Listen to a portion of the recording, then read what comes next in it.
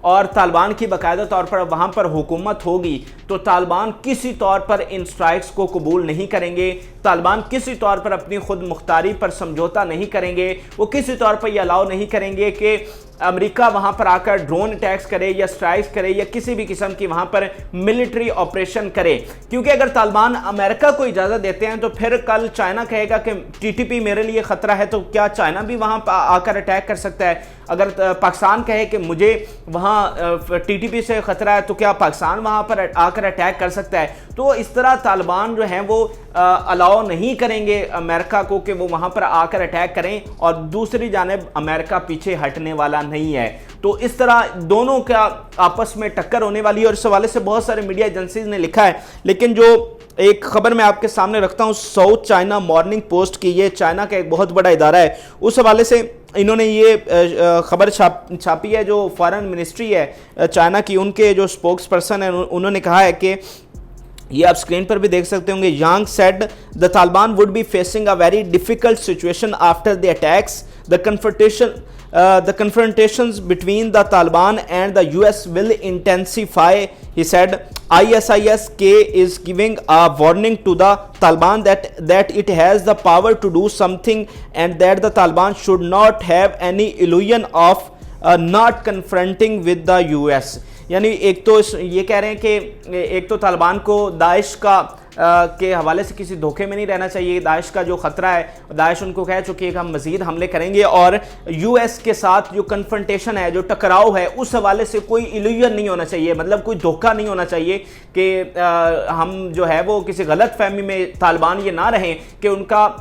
جو ہے وہ امریکہ کے ساتھ کسی قسم کا ٹکراؤ نہیں ہونے والا ہے۔ تو یہ باقاعدہ طور پر اب میڈیا ایجنسیز جو ہیں، عالمی میڈیا ایجنسیز، وہ اس بات کو رپورٹ کر رہی ہیں کہ طالبان اور امریکہ جو ہے وہ آمنے سامنے آنے والے ہیں، چاہے وہ کل ہی اگر وہ سٹرائک کرتے ہیں تو طالبان ان کو اپوز کریں گے، کسی طور وہ نہیں چاہیں گے۔ ہاں، طالبان خود یہ کوشش کریں گے کہ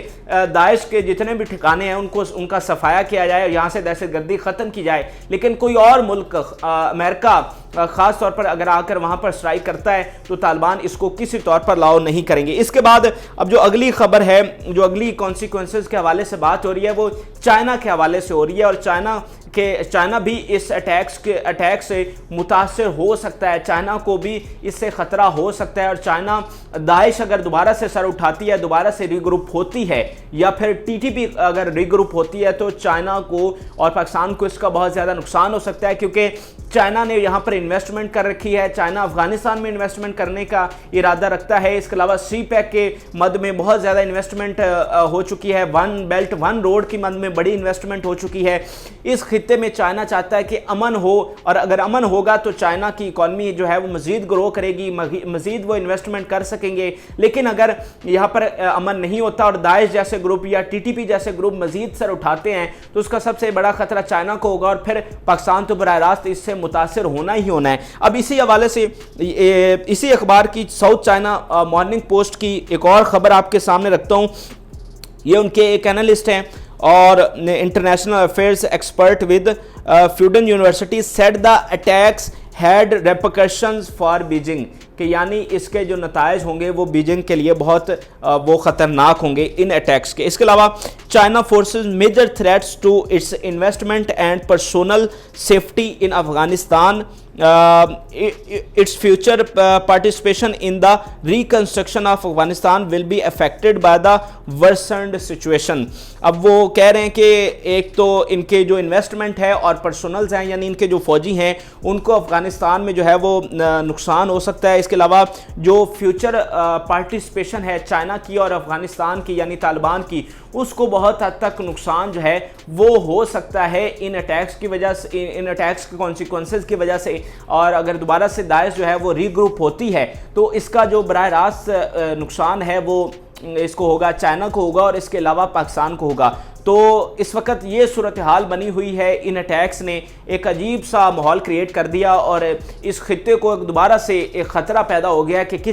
کسی طریقے سے یہاں دوبارہ دہشت گردی ہونے والی ہے، کیا کسی طریقے سے یہاں پھر خون بہنے والا ہے۔ کل ایک بڑا ہی خطرناک اور دردناک مناظر دیکھنے کو ملے کابل کی سڑکوں پر، ایئرپورٹ پر جس طرح سے لاشیں بچھی ہوئی تھیں، تو ایک بڑا دردناک منظر تھا۔ تو اب ان اٹیکس کے جو کانسیکوینسز ہیں وہ ان تین پہلوؤں میں سب سے بڑھ کر سامنے آ رہے ہیں۔ ویسے تو اور بھی کئی اینگل سے